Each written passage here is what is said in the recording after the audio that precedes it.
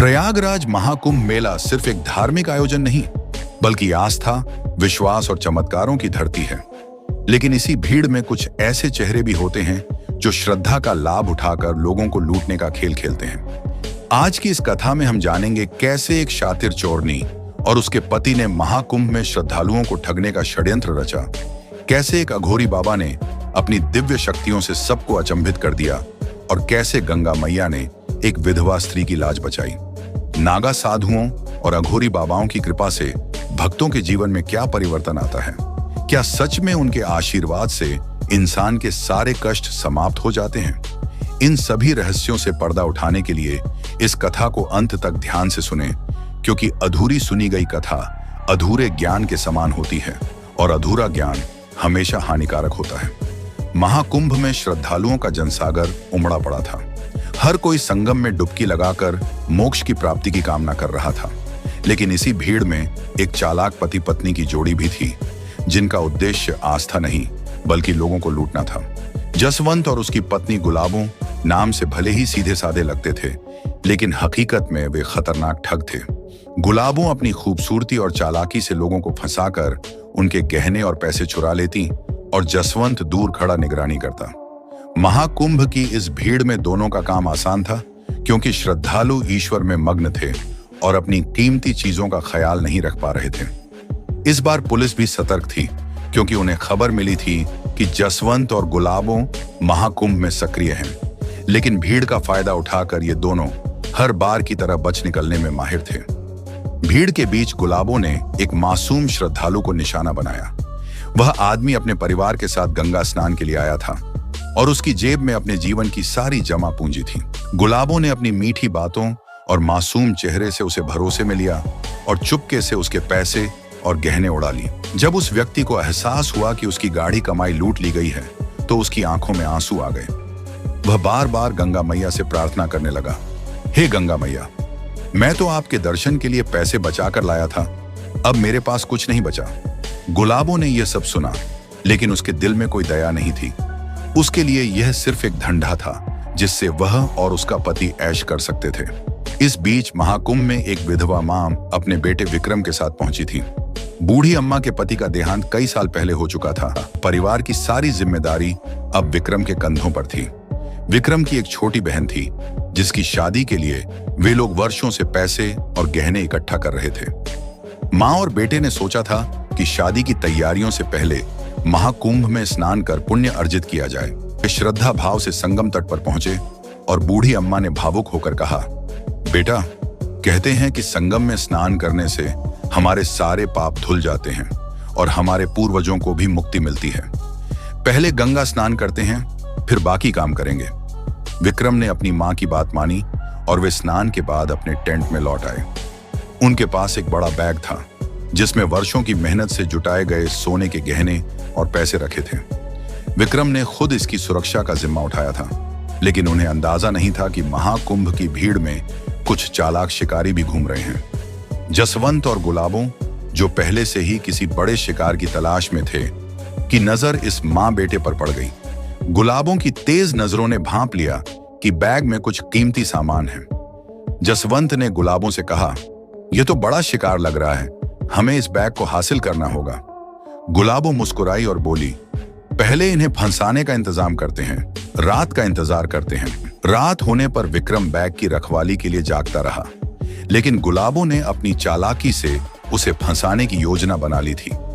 वह एक साधारण श्रद्धालु के रूप में उनके टेंट के पास पहुंची और अपनी मधुर वाणी और खूबसूरती से विक्रम से बातचीत करने लगी। गुलाबों की मीठी बातों और मासूम चेहरे ने विक्रम का भरोसा जीत लिया। विक्रम को लगा कि यह एक नेक दिल महिला है, लेकिन वह नहीं जानता था कि यह सिर्फ एक जाल है। गुलाबों ने प्रसाद के नाम पर विक्रम को नशीला पदार्थ खिला दिया, जिससे वह धीरे धीरे बेहोश हो गया। जैसे ही विक्रम बेसुध हुआ, गुलाबों ने तुरंत जसवंत को बुलाया और दोनों ने बैग चुरा लिया। रात के अंधेरे में जब मेले की हलचल थोड़ी शांत हुई, तो वे बैग लेकर गायब हो गए। जसवंत और गुलाबों ने जैसे ही बैग खोला, सोने के गहनों और पैसों को देखकर उनकी आंखें चमक उठीं। जसवंत खुशी से बोला, यह अब तक महाकुंभ का सबसे बड़ा शिकार है। अब तो हमें कई दिनों तक कुछ करने की जरूरत नहीं पड़ेगी। गुलाबों ने बैग को ध्यान से छिपाते हुए कहा, हमें जल्द ही यहां से निकलना होगा क्योंकि पुलिस हर तरफ घूम रही है। इधर सुबह होते ही विक्रम की आंख खुली, लेकिन उसकी चेतना अभी पूरी तरह वापस नहीं आई थी। जैसे ही उसने अपने पास बैग नहीं देखा, उसका दिल जोर जोर से धड़कने लगा। घबराहट में उसने चारों ओर देखा, लेकिन बैग का कहीं नामो निशान नहीं था। उसके चेहरे का रंग उड़ गया। घबराए हुए स्वर में उसने अपनी मां को जगाया और कहा, मां, बैग चोरी हो गया, हमारे गहने, हमारे पैसे, सब कुछ चला गया, हम बर्बाद हो गए। बूढ़ी मां ने जैसे ही यह सुना, वह जोर जोर से रोने लगी। हे गंगा मैया, हमने तो सिर्फ पुण्य कमाने के लिए यहाँ कदम रखा था, ये क्या हो गया? मेरी बेटी की शादी कैसे होगी? माँ बेटे ने इधर उधर भागकर लोगों से मदद मांगी, लेकिन इतनी बड़ी भीड़ में किसी ने उनकी बात पर ध्यान नहीं दिया। तभी उनकी नजर एक अघोरी बाबा पर पड़ी, जो संगम किनारे तपस्या में लीन थे। बाबा के चारों ओर एक अद्भुत आभा थी। उनकी आंखों में गहराई और चेहरे पर तेज था। बूढ़ी माँ उनके चरणों में गिर पड़ी और बिलखते हुए बोली, बाबा, हमारी मदद कीजिए, हमारे पास जो कुछ भी था सब चोरी हो गया, अब मेरी बेटी की शादी कैसे होगी? अघोरी बाबा ने अपनी आंखें खोली और गहरी आवाज में बोले, माँ, चिंता मत करो, सत्य और न्याय की शक्ति हमेशा साथ होती है। जो भी पापी हैं वे स्वयं तुम्हारे पास आएंगे। बाबा ने अपनी दिव्य दृष्टि से ध्यान लगाया और जसवंत और गुलाबों को चोरी करते हुए देख लिया। बाबा ने कहा, इन चोरों को उनके पाप का दंड अवश्य मिलेगा। तुम माता गंगा की शरण में हो, भगवान भोलेनाथ की नगरी में हो, यहाँ कोई भी पापी बच नहीं सकता। बाबा की बातें सुनकर बूढ़ी माँ और विक्रम को थोड़ा संतोष हुआ, लेकिन उनके मन में अभी भी डर था। महाकुंभ का नया दिन शुरू हो चुका था।